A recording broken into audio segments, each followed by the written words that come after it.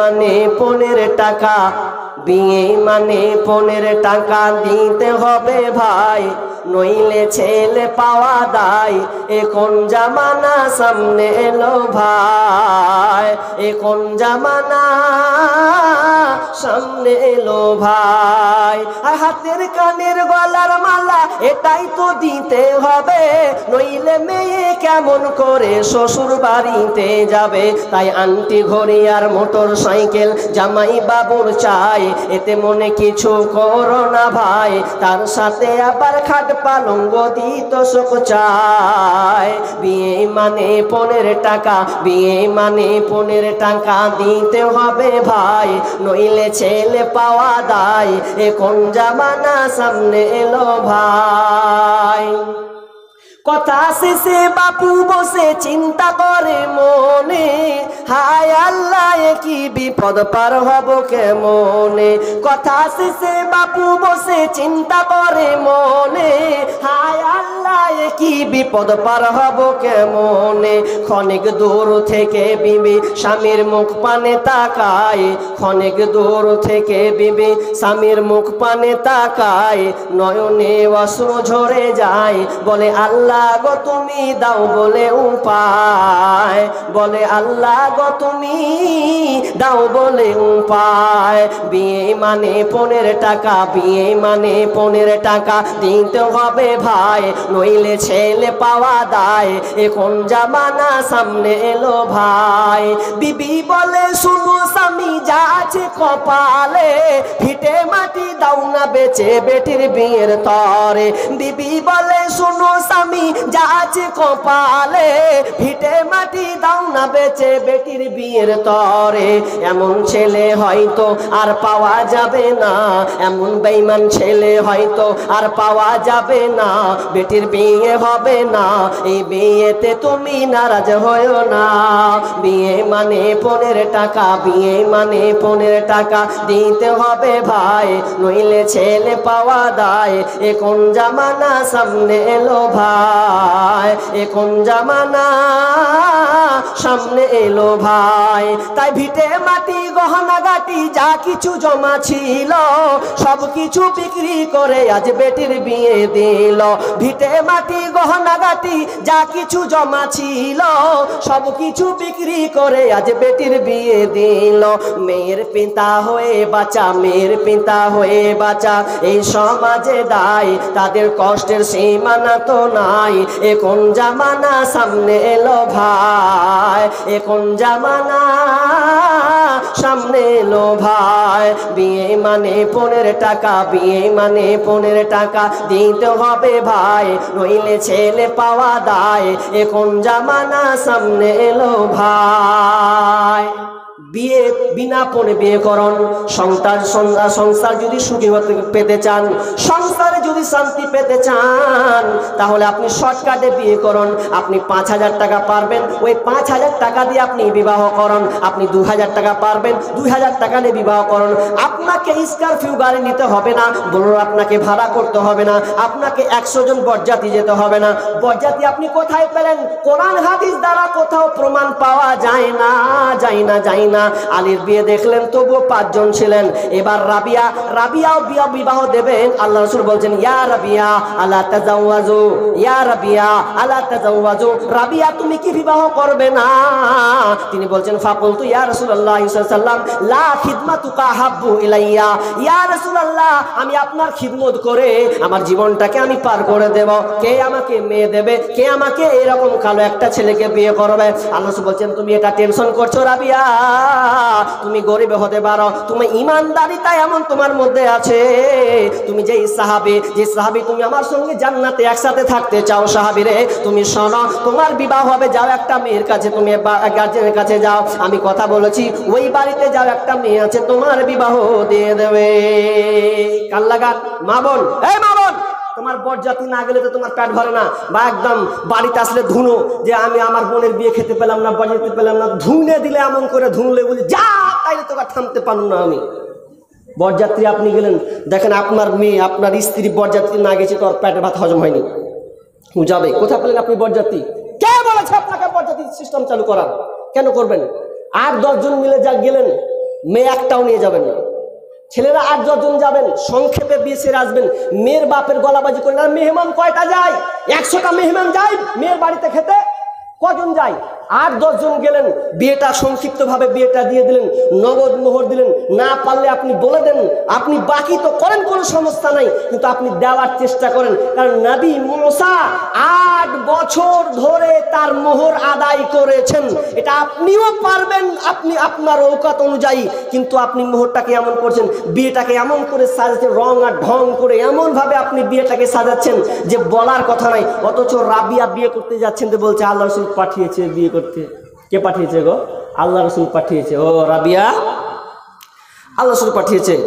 তখন ওই বাড়ির মালিক, মেয়ের বাপ, তার ভাইকে, দাদাকে বলছে, ভাই দাদা আয় তো, এ ভাতিজা আয়। 3-4টা লোককে ডাকলে, ডাকার পর এই তোরা সাক্ষী থাক, আমার মেয়েটাকে দিলাম এই ছেলেটার হাতে। দিল, ছেলেটা মেয়েটাকে নিয়ে বাড়ি চলে গেল। আচ্ছা বলেন, খুতবা হলো? কান লাগাচ্ছেন কথা? খুতবা হয়েছে? হয়েছে? হয়েছে? কই হলো? খুতবা হয়েছে? হয়নি।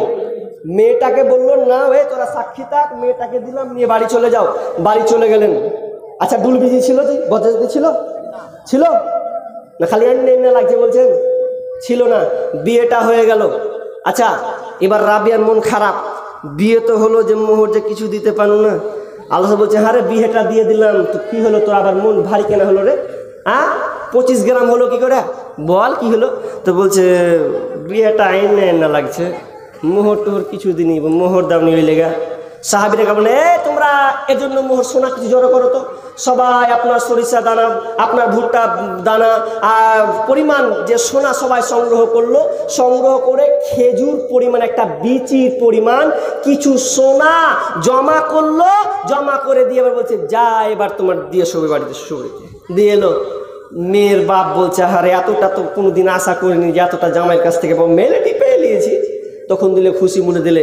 এবারে এসার মন খারাপ। আলসু বলছে, কি ব্যাপার, এবার তো মুখখানটা তো কমসে কম 500 হবে, ভাল লাগবে দেখে। তাও মন খারাপ। বলছে, জি মোহর দিন তো খিলেতে পেরু না, ওলিমা দিতে পারি না। তো ওলিমাও ফের করবি তো। এবার ওলিমা করে দিল। ওলিমা করে দিয়ে একদম কিছু আটা সংগ্রহ করা হলো, আর ছোট একটা ছাগল কেটে দিয়ে কিছু লোককে খাইয়ে দিল। বিয়ের ওলিমা, যেটাকে আপনারা বউ ভাত বলেন। কি বলেন? বউ ভাত। তো মানে বউকে দেখে সে টাকা দিবে। ইয়ে তো আবার জাহেলি কাজ, ইয়ে আবার একটা জাহেলি কাজ। আরে আংশিক লোককে কারণ তো বলছে বউ ভাত। কেমন বউ ভাত? আপনি 100 লোককে ইনভাইট করেছেন, তো ভাই ভাই করতে গিয়ে একজনা বলছে যে মাংস যে কেমন দিবে না দিবে। তো মাংস খেতে বসেছে ও, তো মাংস খেতে বসে গোস আর ছিঁড়তে পারবে না, তো কড়া হয়ে গেছে, ছিঁড়তে পারে। তো যেমন করে ছিঁড়ছে, তো হাত ফাত ছিঁড়ে দিচ্ছে। মন টন খারাপ, কার বিয়ে খেতে এনো। এবার যদি রাগ টাগ করে যদি বের হচ্ছে, তো বউ ভাতের নামে কি হচ্ছে দেখেন। আপনার এদিকে আছে নাকি না, ওই প্যান্ডেল সাজাই, তা প্যান্ডেলের পাশে টেবিল পেড়ে দিয়েছে। তো টেবিল পেড়ে দিয়ে টাকা ঝাড়তে হবে। এখন টাকা যখন ঝাড়ছে, মনে মনে করছে পালাবো কুণ্ঠে, গেটের সামনে পেয়ে বসা আছে, মাল ঝাড়তে হবে এখন। এবার মনে মনে করেছে, সালা হোটেলে যদি সালা 100 টাকা দিত তো কত সুন্দর ভাত মাংস খেতে পেত। আর যদি 500 টাকা না দিই, আমি সর্দার মানুষ, মেম্বার মানুষ, যদি 500 টাকা না দিই কবে যে কেমন লোক দিলে না। তো 500 টাকার নোট নিয়ে একদম বিসমিল্লাহ নিয়ে চলে গেল পাশে যে। আচ্ছা ওলিমাটা কেন হয়? দোয়া দিই, দোয়া পাওয়ার জন্যে তো। ইয়ার ফের দোয়া ফের আলাদা, বারাকাল্লাহু লাকা নাই দোয়া। ও দোয়া আপনা করছে, টাকাটা বের করে দিয়ে বলছে, হ্যাঁ এই শালারকে আমি আর কোনদিন বিয়ে খাবো না, যা গোসের বড় করেছে একটুও ভালো লাগে। এর থেকে যদি ভালো হোটেলে খেত তো 100 টাকা দিয়ে কত সুন্দর ভাত খেতে পেত। এর আর খাবো না হলো। ই আপনাকে গ্যাল টেল দিয়ে দোয়া দিয়ে ও হাঁটলো, এটা এবার দোয়া আর করবেন জীবনে? বউ ভাত, বউকে আপনি বাইরে রাখছেন, না বলছেন বাস তোকে 5টা 10টা লোক দেখতে আসবে, এমন করে সাজিয়ে রাখছে। তার আগে 12টা বাজিয়ে দিয়েছেন, আর বলছেন মেয়েটা কত সুন্দর, হ্যাঁ দেখতে দারুণ লাগছে। মানে সব ওরা আগে আল্লাহ বিল প্রশংসা করে নিয়ে সব কিছু নিয়ে বাড়ি, আর ওকে 2 দিন পর ঠেকছে, যা বাসর ঘরে যা ঢুকা। এবার এই এত নোংরামি তো আপনি করেছেন। কি আল্লাহ রাসূল আপনাকে শিক্ষা দিয়েছে? কোন আলেম বলেছে আপনাকে যে আপনি এরকম সিস্টেম করে আপনি দেখাতে পারবেন? অথচ আপনি করে রেখেছেন। কিন্তু রাবিয়াকে দেখেন, সংক্ষিপ্ত সারে একটা বিবাহ হয়ে গেল। আরে খুতবাটা দেই, যদি কেউ আপনি বলে দেন যে আমি আমার মেয়েকে দিলাম তোমার হাতে, খুতবা দিব না, এরপরে বিয়েটা হয়ে যাবে, এটা গুরুত্ব নয়, গুরুত্বপূর্ণ যে আপনি কিভাবে সেটাকে সাজাচ্ছেন, এটা আপনাকে করতে হবে। কিন্তু সমাজটা এমন হয়ে গেছে যে আজকে খাওয়ার নামে উপঢৌকন যে আমরা খাওয়াচ্ছি।